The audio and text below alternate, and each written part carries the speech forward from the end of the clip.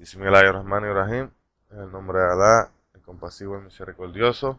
Inshallah, les doy la bienvenida para una nueva serie, Asuntos del Sistema Legal Islámico, la Sharia, en la cual vamos a tomar un vistazo en las ideas y los conceptos que se han convertido en un tema bien popular a nivel mundial y sobre todo en los países occidentales, los cuales no con tan solo atacar nuestro sistema legal islámico, sino lo retan, lo señalan y lo acusan. Y lamentablemente hay muchos hermanos musulmanes, hermanos y hermanas, muchos países islámicos, no todos, pero una vasta mayoría de ellos, están dejándose seducir por estos ataques de los occidentales o estos grupos de derechos humanos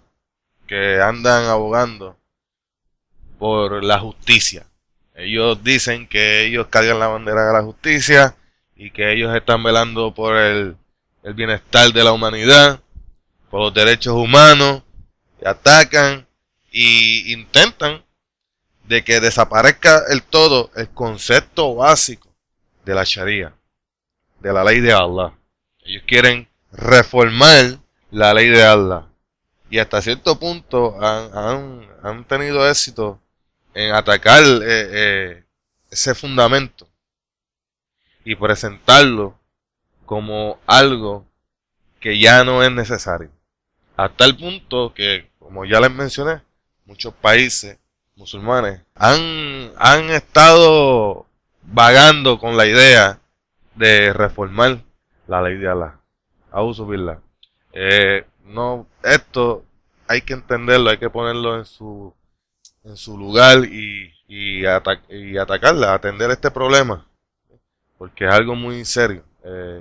Tenemos que estar claros que nosotros los musulmanes, si creemos en Allah, tenemos que también obedecerlo y no podemos contradecirlo y mucho menos imaginarnos de que su sistema, la ley de Allah, de ninguna forma, de ninguna manera, en ninguno de los tiempos sea equivocada. Así que para el día de hoy estaremos tocando una rama de nuestro sistema legal islámico y es la justicia criminal. Esto es un tema un poquito vasto en información, mucho terreno que cubrir, pero inshallah vamos a concentrarnos en lo más importante y en lo que muchos no musulmanes se refieren y atacan principalmente. Así que inshallah vamos a tomar un vistazo al sistema criminal en los países de Occidente y sus alegaciones a favor y en contra de su propio sistema, sus comparaciones con nuestro sistema y sus opiniones a favor y en contra, inshallah. Y de la misma forma vamos a tratar de arrojar un poco de luz a esos ataques que tienen los no musulmanes cuando hablan de nuestro sistema legal y nuestro sistema criminal, justicia criminal. Como todos sabemos, su forma de ataque principalmente diciendo que es un sistema barbárico, se basa solamente en matar al criminal, en cortarle las piernas, en cortarle las manos, decapitarlo, apedrear. Y esa es la imagen que tenemos y hay que ser realistas y aceptar. Esa es la imagen que nosotros mismos hemos dejado que se presente ante el mundo. Y inshallah con esta charla y esta nueva serie que Dios mediante estaremos presentando, queremos aclarar ciertos puntos y arrojar un poco de luz en el tema, porque nuevamente es bien importante para todos nosotros los musulmanes que tengamos un entendimiento básico y para poder compartirlo con los no musulmanes, inshallah. Un punto donde se concentra la mayoría de los ataques hacia nuestro sistema criminal islámico es la pena capital, ¿okay? La pena capital, la pena de muerte. Y como todos sabemos, nuestra pena capital, la pena de muerte no se limita solamente al mundo islámico. También en muchos estados de los Estados Unidos, en particular, hay estados que tienen la pena capital. Y el sistema legal en Estados Unidos, sistema criminal en Estados Unidos, básicamente promovía la pena capital en la mayoría de los estados. Prácticamente todos los Estados Unidos practicaba ese método de justicia. De cualquier manera, ese método fue evolucionando con el pasar de los años.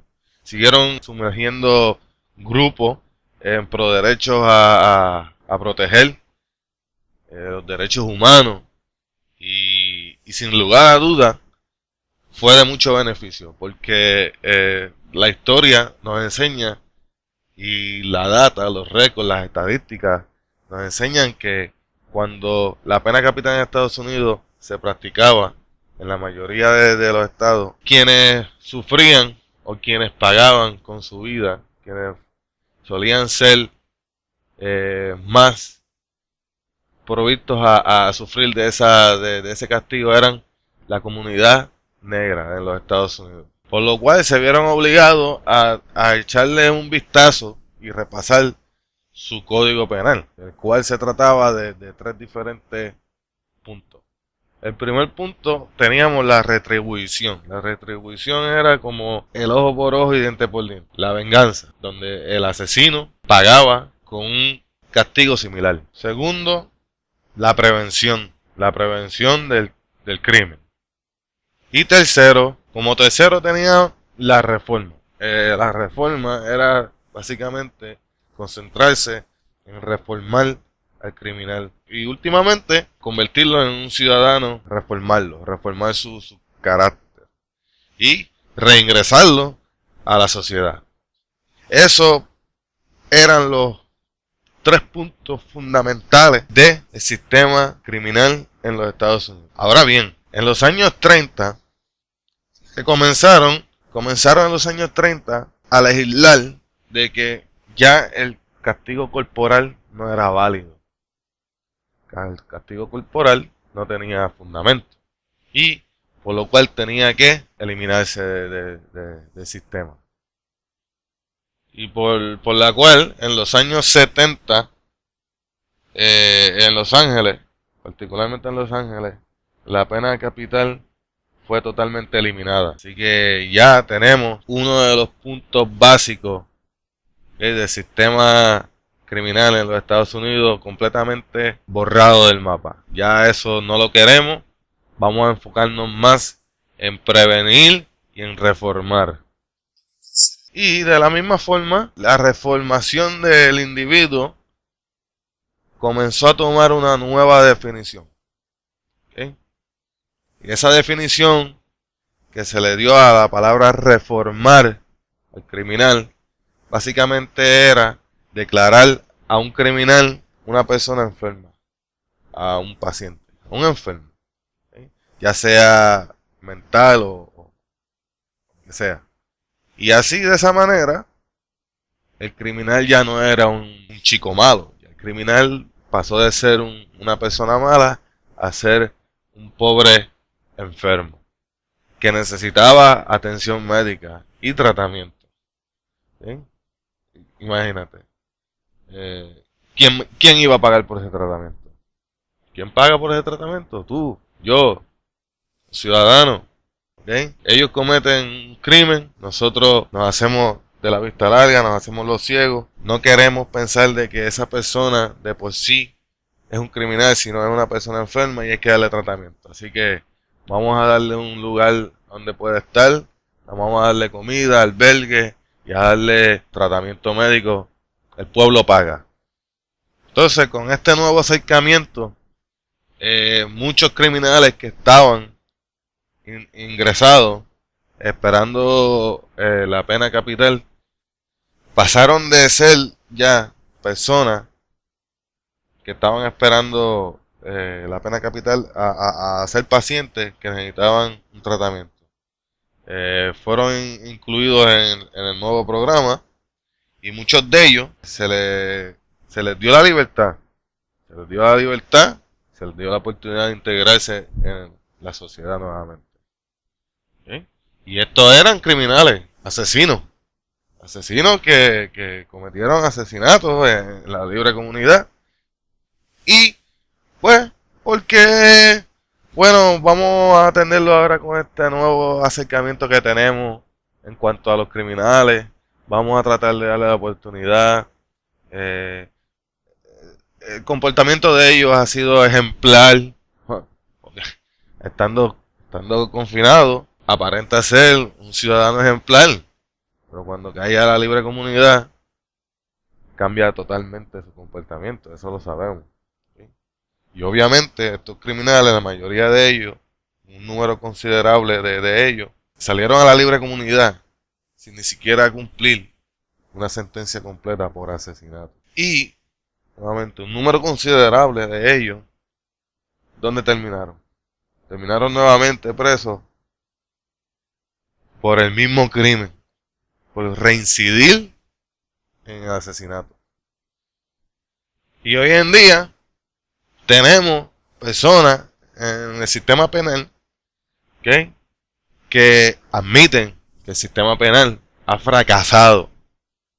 Es un fracaso total. Ha fracasado en esta nueva idea de reformar. ¿Okay? De reformar al convicto. Porque la realidad del caso es que un pequeño criminal llega a la institución penal, es ingresado, pasa un tiempo y cuando sale, ese pequeño criminal que llegó allí quizá por robarse un artículo en una tienda, al salir de ahí sale con el conocimiento, ¿okay?, de cómo asaltar un banco. O sea que prácticamente las instituciones penales se han convertido en una universidad para los criminales, ¿ok? Pequeños criminales que cometen una falta, ni siquiera un crimen mayor, una pequeña falta, cuando llegan allí y se mezclan con criminales peligrosos, notorios, ¿ok? Ellos allí aprenden a cómo elevar ese nivel de cometer una falta a entonces subirlo al nivel de crimen, ¿ok? Y subhanallah, en Puerto Rico tenemos ese caso, pasa muchas veces. La juventud, niños entrando con 18, 19 años de edad, entrando en una institución penal, quizá porque cometieron una pequeña falta y cuando llegan al sistema penal, allá se encuentran con la realidad, se encuentran y empiezan a convivir, ¿okay?, con criminales, asesinos, que llevan años presos, ¿okay?, llevan años presos, se dedicaban a robar bancos, a robar tiendas, asaltos a mano armada, todo tipo de crímenes. Y cuando estos pequeños criminales, estos jóvenes que llegan allí, están conviviendo con estos criminales, ¿okay?, y estos criminales no les están dando un sermón de cómo ser un buen ciudadano. Estos criminales lo que le están dando es información de cómo cometer esos crímenes que ellos hacían. Le dan ese deseo de que cuando ellos salgan traten de lograr lo que ellos no pudieron lograr. Y les dicen, mira, en esto fue lo que yo fallé. Si yo hubiera hecho esto no me hubiera pasado. Yo estuviera hoy en día disfrutando de mi fortuna. Y así. Las cárceles se han convertido en una universidad criminal. Y esto es algo que es una realidad. Y los miembros del sistema penal en Estados Unidos y prácticamente, específicamente en mi país de origen, Puerto Rico, han tenido que admitir que han fracasado y las cárceles se han convertido en una universidad criminal para aquellos que deseen terminar su doctorado. Ahora bien, vamos a tomar un vistazo al sistema penal islámico, el cual se divide en 3 puntos básicos. Número 1, hudud. Hudud. Hudud es el derecho de Alá, lo cual tiene que ver con el castigo establecido según la ley de Alá, en el Corán o en la Sunna del profeta Muhammad sallallahu alaihi wasallam. Y ese punto en particular, hudud, atiende básicamente 6 ramas que están conectadas directamente a los derechos de Alá. Número 1, el consumo de alcohol. Número 2, robo a mano armada, sexo ilícito. Eso incluye el homosexualismo, la bestialidad, etcétera, etcétera. Todas estas aberraciones que tienen que ver con sexo. Adulterio, fornicación. También está ahí envuelto en eso las divisiones, los que niegan la fe y se dedican a ir en contra de la fe. Okay. Ahora el segundo grupo se refiere al qasas o la retribución. Aquí es el ojo por ojo y diente por diente. La ley del talión, como muchos no musulmanes la conocen. Esto implica el castigo físico, donde una herida de que un criminal cometa, esa misma herida se le tiene que aplicar a ese criminal. O donde en el caso extremo de asesinato se le tiene que aplicar. Y esto atiende a los derechos de los ciudadanos. ¿Sí? El primer grupo tenía que ver con el derecho de Alá sobre sus ciudadanos y ahora estamos hablando de este segundo grupo que tiene que ver con los derechos de los ciudadanos, ¿okay? A reclamar justicia. Y el tercer grupo se conoce como Tafsir, donde el Estado aquí se involucra y depende a la magnitud del crimen, el Estado decide qué tipo de penalidad se le va a aplicar y hasta qué nivel. Y hay que tener claro de que este tercer grupo no puede ir por encima del primero, que son los derechos de Allah. Pero en los términos de la aplicación del castigo, de la aplicación del castigo al criminal, y cuando estamos hablando de esto tenemos que tomar en consideración si vale la pena aplicarlo y cuáles son los efectos cuando se aplica cierto castigo. Y cuando observamos la historia, hubo una época en la península de Arabia donde el castigo del primer grupo Hudud, de los derechos de Alá, ese castigo fue eliminado. Y eso fue cuando el Imperio Otomano tenía control de la península de Arabia. Ahora, cuando el poder fue transmitido en los años 20 del Imperio de Arabia, el régimen de Arabia volvió a restablecer la implantación del hudud, de los castigos impuestos, descritos por Allah. Y de inmediato, las estadísticas criminales descendieron un 40%. Y al pasar de los años, la reducción continuaba.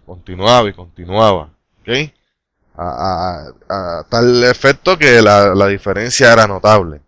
Y hasta hoy en día la diferencia sigue siendo notable. A mí, tú coges un grupo,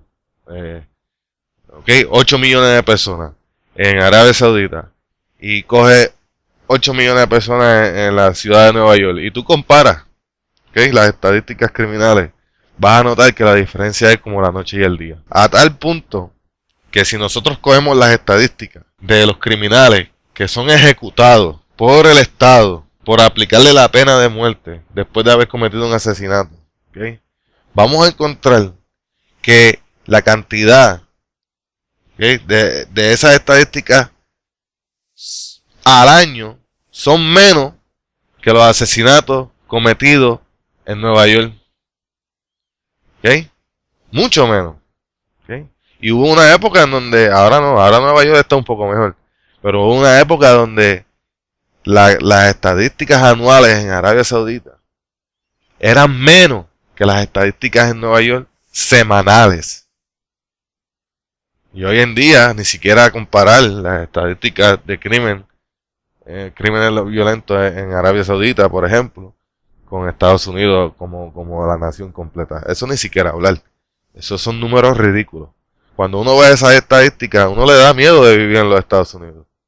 Y a estas estadísticas tenemos que añadir que también hay que considerar que cuando la Sharia fue restablecida en la península arábica, miles de prisioneros fueron escarcelados por la simple razón de que cuando ellos fueron encarcelados, no fueron juzgados con la ley islámica, la Sharia. Por tal razón, después de que la ley islámica fue restablecida, estos prisioneros fueron liberados. Y podemos notar que la diferencia entre estos prisioneros que fueron encarcelados en la península de Arabia con los prisioneros que fueron encarcelados en California es asombrosa. ¿Por qué? Porque en California vimos que esos prisioneros que fueron puestos en libertad reincidieron. Mas, sin embargo, en la península de Arabia, miles de prisioneros fueron liberados y las estadísticas criminales no fueron afectadas. Sin embargo, fueron reduciendo. Aquí podemos ver que la ley islámica tiene un efecto. Funciona. Tiene un efecto psicológico. Tiene impacto en la sociedad. Y es un impacto positivo, sin lugar a dudas. Y bajo la Sharia, cuando tomamos un vistazo a los crímenes de asesinato, encontramos una diferencia enorme. En los países de Occidente, en Estados Unidos en particular, los casos de asesinato, el Estado es quien decide qué se va a hacer con el acusado, con ese criminal. Sin embargo, en la Sharia, la ley islámica, esa decisión se le da a la sociedad, se le da a las víctimas del asesinato, a que ellos decidan qué se va a hacer con ese criminal. Y también siempre tenemos que tener en cuenta que un señalamiento bien importante que tenemos que siempre tener en cuenta es que en la ley islámica, en la Sharia, no vamos a coger un individuo que haya cometido un asesinato y sin hacerle un juicio justo, vamos a decapitarlo, vamos a terminar con su vida. Porque entendemos que no vamos a erradicar los asesinatos. ¿Okay? La Sharia no es una varita mágica que cuando se implante todo asesinato va a desaparecer de la faz de la tierra. No, no es así.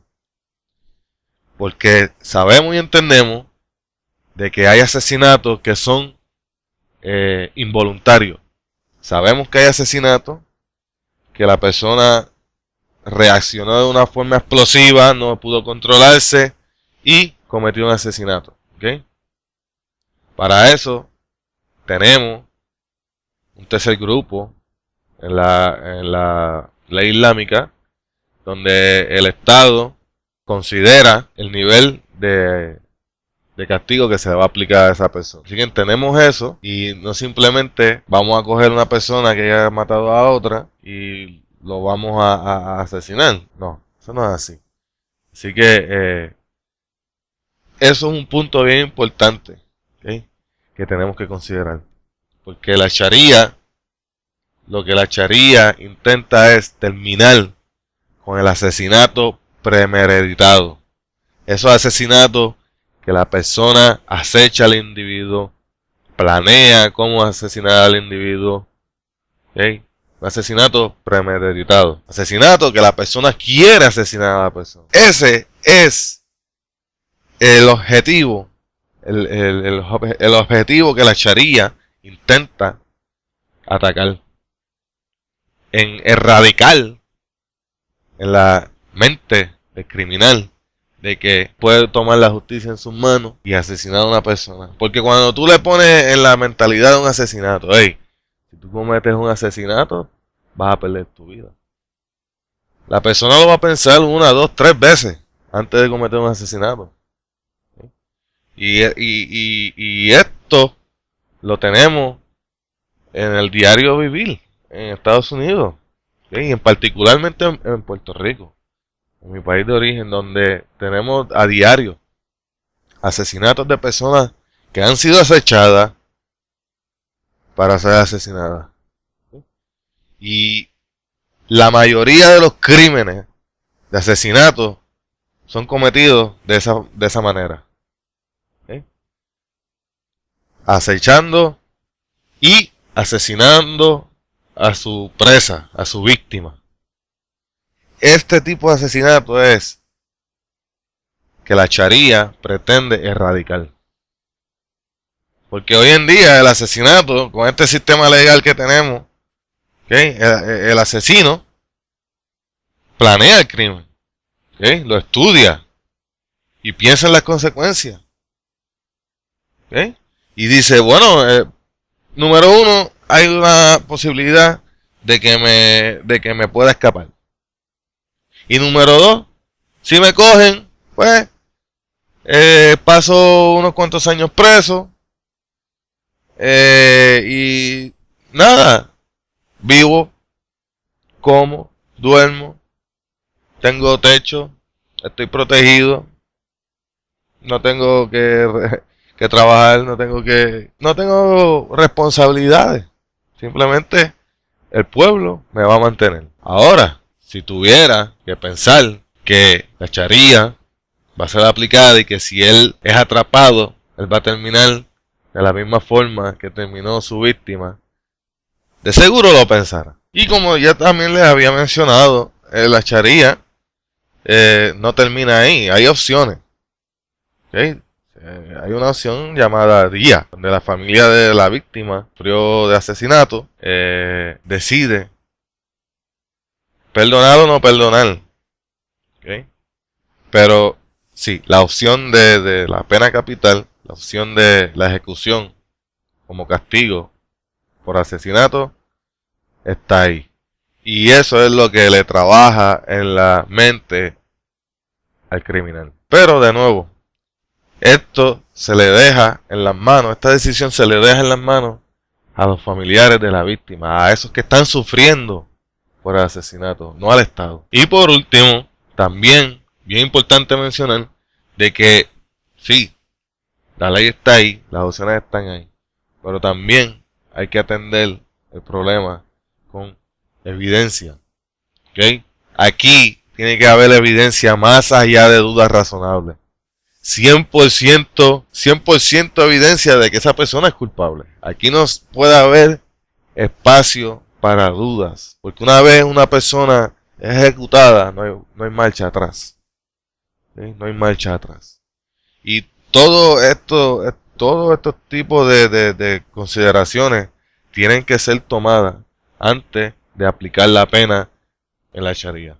Si no se cumplen con estas normas y con estas condiciones, el castigo no se puede aplicar. Así que eso también, para finalizar, tenía que dejarlo claro. Inshallah, hermanos y hermanas, en mi próxima plática estaré hablando en detalle de la aplicación de la Sharia. ¿Okay? De la aplicación, cómo se aplica y lo que envuelve. Inshallah. Así que espero que escuchen, espero que inshallah podamos hacer nuestra próxima parte, donde vamos a atender con detalle los diferentes tipos de crímenes y el castigo que requiere. ¿Ok?